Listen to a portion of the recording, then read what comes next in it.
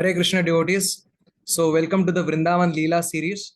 And today we are going to see Deliverance of Putana, the pastime of delivering Putana, based on the insights offered by our Acharyas like Srila Sridhar Swami, Srila Jiva Goswami, Srila Vishwanath Chakravarti Thakur, Srila Prabhupada. So, this particular Leela of delivering Putana is remembered by Sri Uddhava when Vidura is asking questions about Krishna. So that time, Sri Uddhava, he mentions that Aho Bakiyam Stanakala Kutam Jighansaya api apayad asadvi lebe gatim dhatrichitam tatonyam kam va dayalum sharanam vrajema. Who is more merciful than Krishna? Whose shelter should I take other than Krishna? That he delivered even a woman, Asati, Asadvi, who came with wrong intentions to kill him by giving him poison. And what did Krishna do in reciprocation? He delivered her and gave her a position similar to that of a nurse, similar to that of a mother. So, who is more worthy of taking shelter? So, that's a very beautiful verse. And there is a history behind this verse that even Shukdev Goswami, when he went to the forest without caring for his father Vyasadev, Vyasadev sent this particular his devotees, his disciples, to recite this verse. And when they recited this verse, Shukdev Goswami's heart became attracted to Krishna's qualities. Harer guna akshiptamati. Atma Ramasya Munayo Nirgrantha api urukrame kurvanti ahaitukim bhaktim itham bhuta guno harihi. Krishna's qualities like this compassion upon wicked is so attractive that even Atmaramas, who have nothing to do with this material world, even they become attracted to Krishna's qualities. And also this verse is also recited by Mukunda when he is taking Gadadhar Pandit to meet Pundarik Vidyanidhi, who seemed to be a Vishayi, a sense gratifier, and he is looking his face in the mirror and he's appreciating his beauty and he's applying very expensive fragrances to his body and he is being served by his servants. So look like what kind of Vaishnava is he? Gadadhar Pandit is thinking. And when Mukunda recites this shloka, Aho Bakiyam Stanakala Kutam, immediately Pundarik Vidyanidhi goes into ecstasy. He starts rolling on the ground, tearing his clothes apart, showing all the symptoms of ecstasy. And then Gadadhar Pandit understands that, oh, how exalted this devotee is simply by hearing Krishna's qualities. He is immediately going into ecstasy. So this particular pastime of delivering Putana is very instructive one. So, so we will see few salient features of these pastimes. We won't go into every single detail, but the points that I felt to be very striking, I'm sharing. So first of all, when Shukdev Goswami is narrating how Putana is ordered by Kansa to go and find all the children which were born within the 10 days and kill them.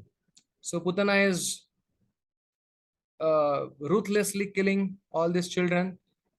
And when she reaches Vraja, Parishad Maharaj becomes very concerned about Krishna. Although Parishad Maharaj knows that Krishna is Supreme Personality of Godhead, yet being a participant, being a devotee of Krishna, he is always concerned about Krishna's. And this incident happened long, long back, but yet Parishad Maharaj is concerned about Krishna. So that is the way of hearing, being absorbed in the pastimes, feeling for Krishna, feeling for Krishna's protection, feeling the way the devotees feel for Krishna.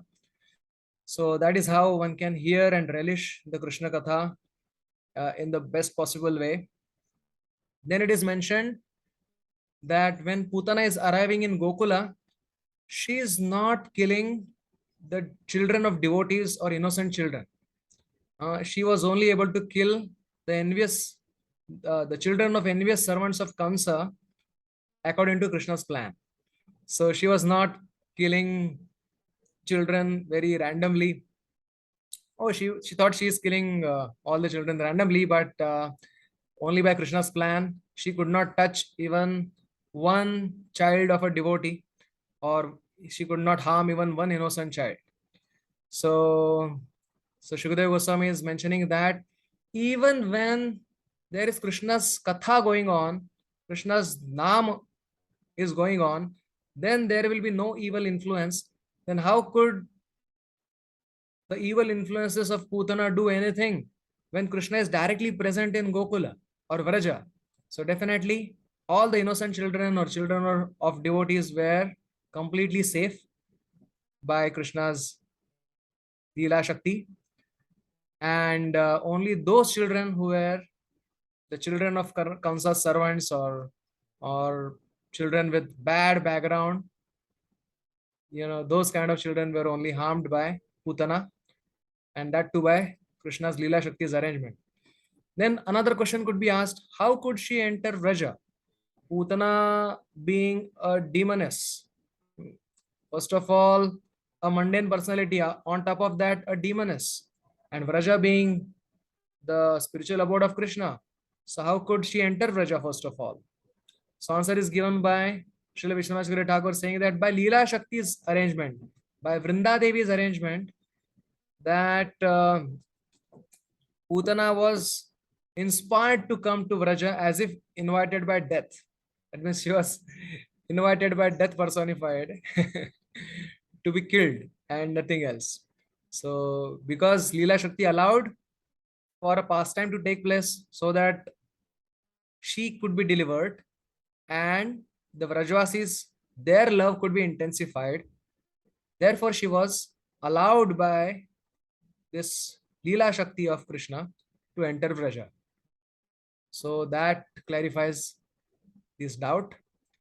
Otherwise, and she could come in a garb of a very beautiful woman and bewildered even Brajvasis, all by Leela Shakti's arrangement. Otherwise, even Jagan Mohini Maya, Maya that bewilders big demigods, that Jagan Mohini Maya cannot bewilder Nitya Siddha Vrajvasis. So how could Putana's Maya, which is insignificant Maya, that could bewilder Brajvasis again by Leela Shakti's arrangement? Then Putana is bewildering all Brajvasis to kill Krishna. They are thinking, oh, who has come? Which lady has come from heavenly planet, or from which place has she come? So the Acharya has mentioned that when one's senses become engaged in Krishna's service, the first obstacle comes in the form of beautiful woman, or in terms of the charms of opposite gender. And one has to become very careful not to allow our attention to go astray from the lotus feet of Krishna.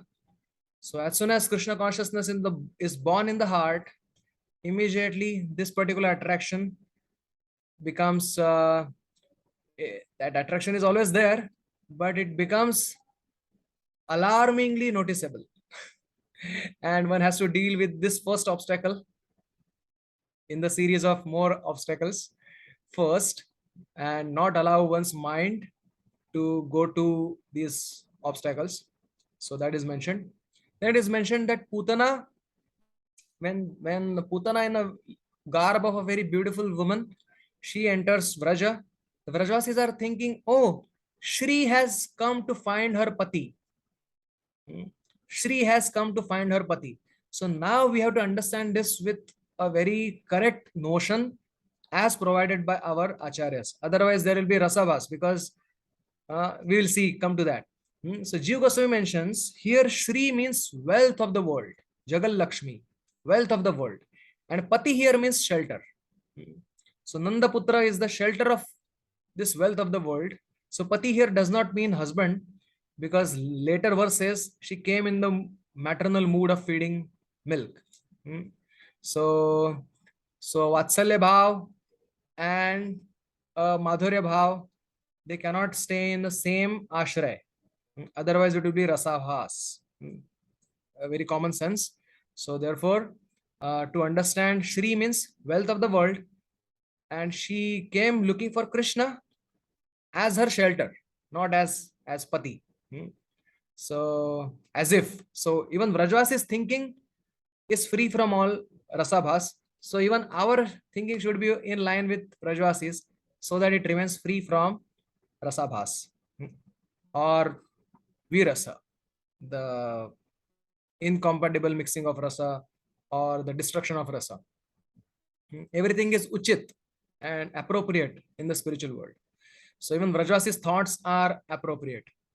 Or second meaning is given by Srila Vishwanath Chakravarti Thakur. Shri has come to find her pati means here Shri refers to Lakshmi, all right, but her pati refers to Lord Narayan, who is Ishtadaivat of Nanda Maharaj. It doesn't refer to Krishna.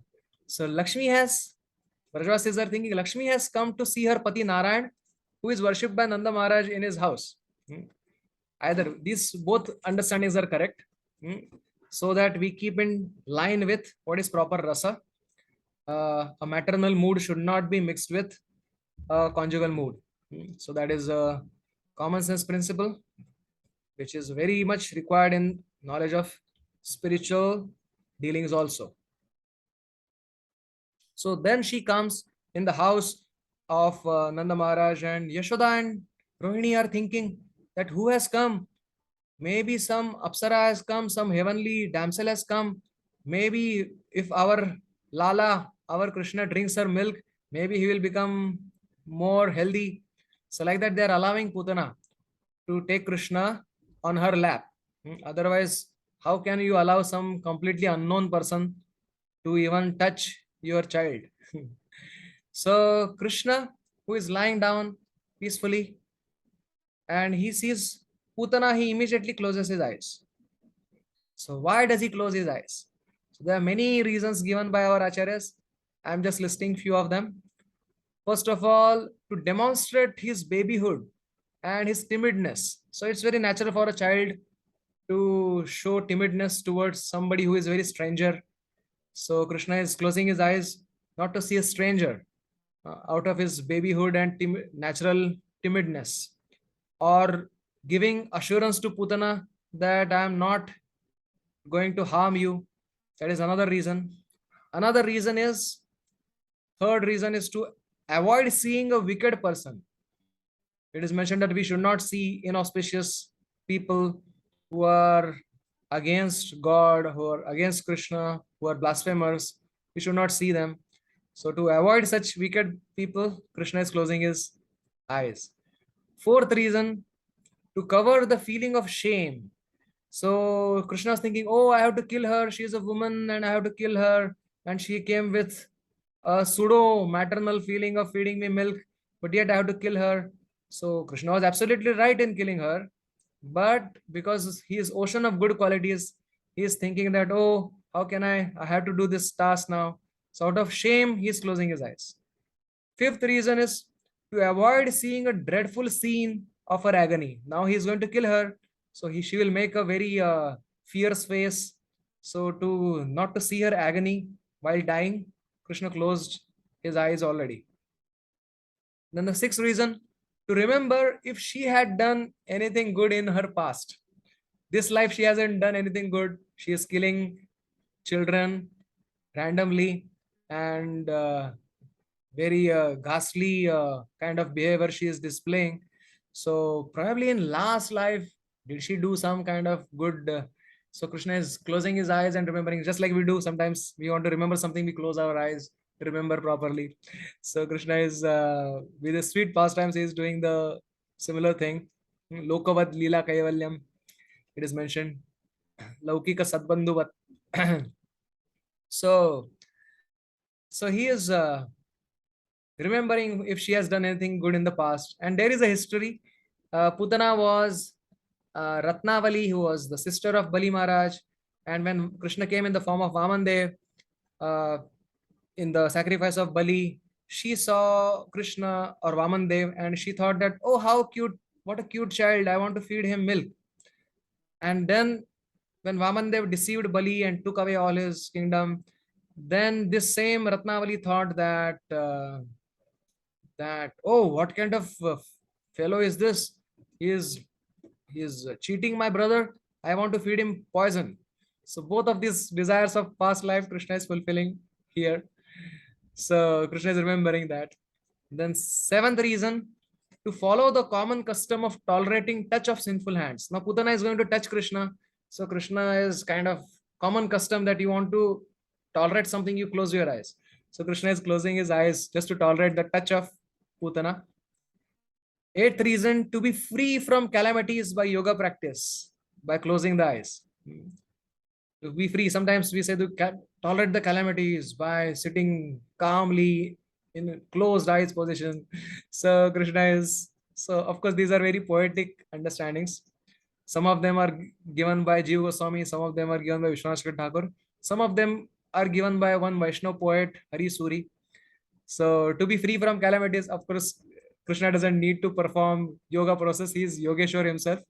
Yogis need to do that, but in a poetic way, it is mentioned that he's closing his eyes just to counteract the calamities.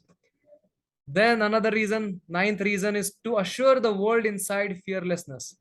Though Krishna is, the entire universe is in Krishna. So when if Krishna drinks poison, what will happen to the world? So whole world is restless. So Krishna, sometimes when we pacify some people or some dependents, then we raise our hand like this and we close our eyes. Don't worry, don't worry. So similarly, Krishna is kind of closing his eyes to assure the world inside that don't worry, I am going to take care of this person. Don't be fearful. Then 10th reason, Krishna's eyes are compared to sun and moon. So sun and moon are thinking. Of course, sun and moon do not have any control over Krishna's eyes or any Nitya Siddha devotee's eyes. They have control over in only in this material world. But just for the sake of pastime, it is mentioned that sun and moon are thinking that, oh, if he sees Putana, then probably she will have Surya Gati or Chandra Gati and will go to Swarga. So she doesn't deserve this good destination. So let us make Krishna close his eyes. So sun and moon decided like that. Then 11th reason is, there is reason why we blink our eyes. That is because influence of this king Nimi, who has taken shelter of our eyelids and who is making them close and open up. So this Nimi is a devotee. So he's thinking that my Lord Krishna should not see this ugly woman, ugly in terms of consciousness. So therefore he made him close his eyes. And 12th reason is, great souls have no curiosity for seeing something unworthy. So similarly, Krishna's eyes are compared to swans. So, and Putana is called as Baki or crane, the brother of the sister of the crane demon, Baki. So why would a swan be interested in a crane? So that therefore Krishna closed his eyes. Okay, so this is why Krishna closes his eyes. Then we see that Krishna is drinking her milk and sucking her life also out of her and thus killing her. Krishna is killing Putana now. So our acharyas mentioned that just like Putana came with duplicitous behavior of being externally a mother but desiring to kill Krishna, Krishna is kind of showing a transcendental duplicity by drinking her milk at the same time sucking her lives out of her. So our acharyas mentions, especially Vishwanath Thakur, he just drank her milk and his anger did the killing job. I'm sorry, Jiva Goswami mentions this. And he drank the milk and Krishna's anger did the killing job. In our case, we cannot do two things. You know, we and our anger cannot do two things. But Krishna can do one thing and his anger can do another thing. So his Dushta Samharika Shakti came into picture. The demon killing potency came into picture and that potency killed that Putana. So Krishna was angry because she came to kill Braja kids. He was not angry for, oh, why did she come to kill me? Krishna was more angry about that Putana's intention to kill devotees. So that's why he was more angry. So Krishna was thinking, he's trying to show that he is greater than even Lord Shiva. Lord Shiva just drank the poison. But Krishna said that I am not just drinking the poison, but giving Amrit to her, giving immortality to her. So after that, when Krishna sucked her life out of her, so with loud cry, she fell on the ground. destroying Kamsa's Bagicha garden, and all the Gopas and Gopis gathered there in anxiety, seeing Krishna peacefully playing on the body of Putana. They took out Krishna and handed over to Yashoda, Maya, and all the elderly Gopis. They're doing the tilak of Krishna, Gomutrena Snapayitva, bathing Krishna with cow urine and putting tilak marks and protecting him with different names of Vishnu. So it is in a very joking way. Uh, some Vaishnav poets, they say that you protect everybody, but in Gokula your name protects you. So this is how this pastime. At the end, Yashoda Maya is feeding Krishna her milk and seeing that Krishna is all right. Okay. So now Vishwanacharya Thakur, he gives a very beautiful understanding of this pastime. He is saying if Putana attained Sadgati by feeding Krishna milk with a desire to kill, then what to speak of neutrally giving? How much greater destination they will achieve? Then what to speak of giving to Krishna with faith? Then what to speak of giving Krishna with faith and devotion? Then what to speaking of giving Hari, who is Vishnu in general? It has such great results. Then what to speak of giving Krishna, who is the source of all incarnations? By giving poison, she attained that destination. Then what to speak of giving non-poison? Then what to speak of giving something dear to Krishna, dearer to Krishna, and dearest to Krishna? Even Putana, the demon, obtained this destination. Then what to speak of human? Then what to speak of devotee?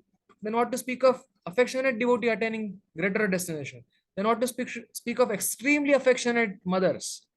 Then what to speak of Mother Yashoda herself, who is indescribably greatest among all the mothers.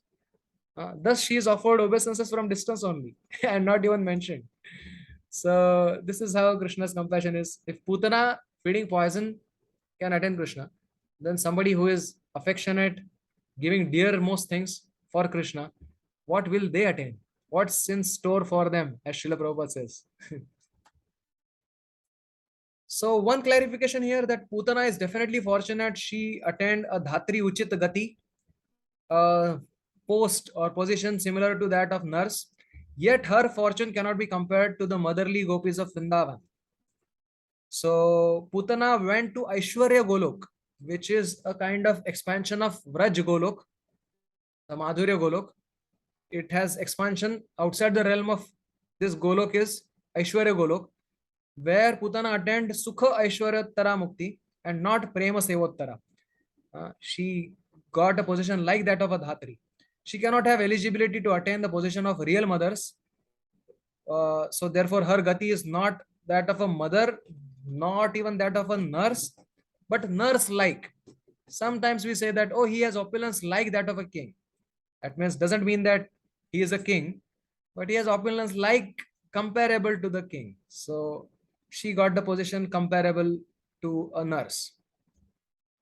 So why this is so?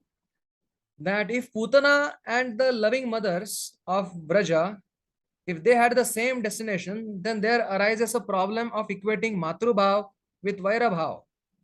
So that's a problem. They both should not have the exactly same destination, because it will also question Krishna's discriminating intelligence.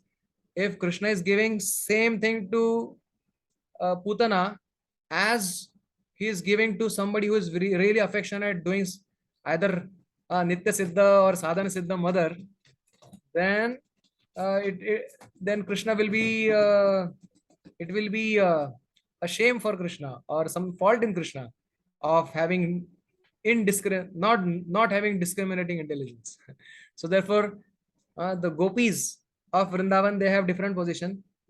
Those who are performing sadhana and trying to follow the footsteps of gopis in motherly mood, they have very similar destination to these gopis, motherly gopis of Vrindavan.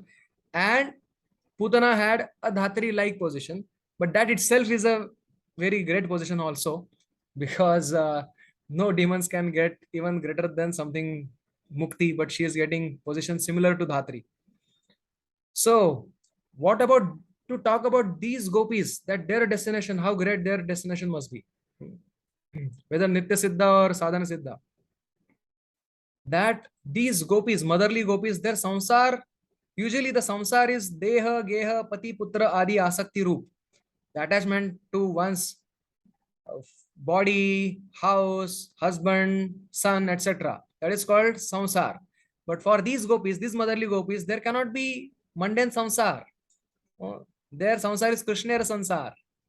Their deha sambandhi, their deha, their body, their stanyamrut, their milk, Krishna drinks. Their house, in their house, Krishna plays. Their husband is Krishna's father. Their child is Krishna himself. And their children are Krishna's friends. Then their attachment for Geha, Deha, Pati, Putra is not mundane samsar, it is transcendental samsar.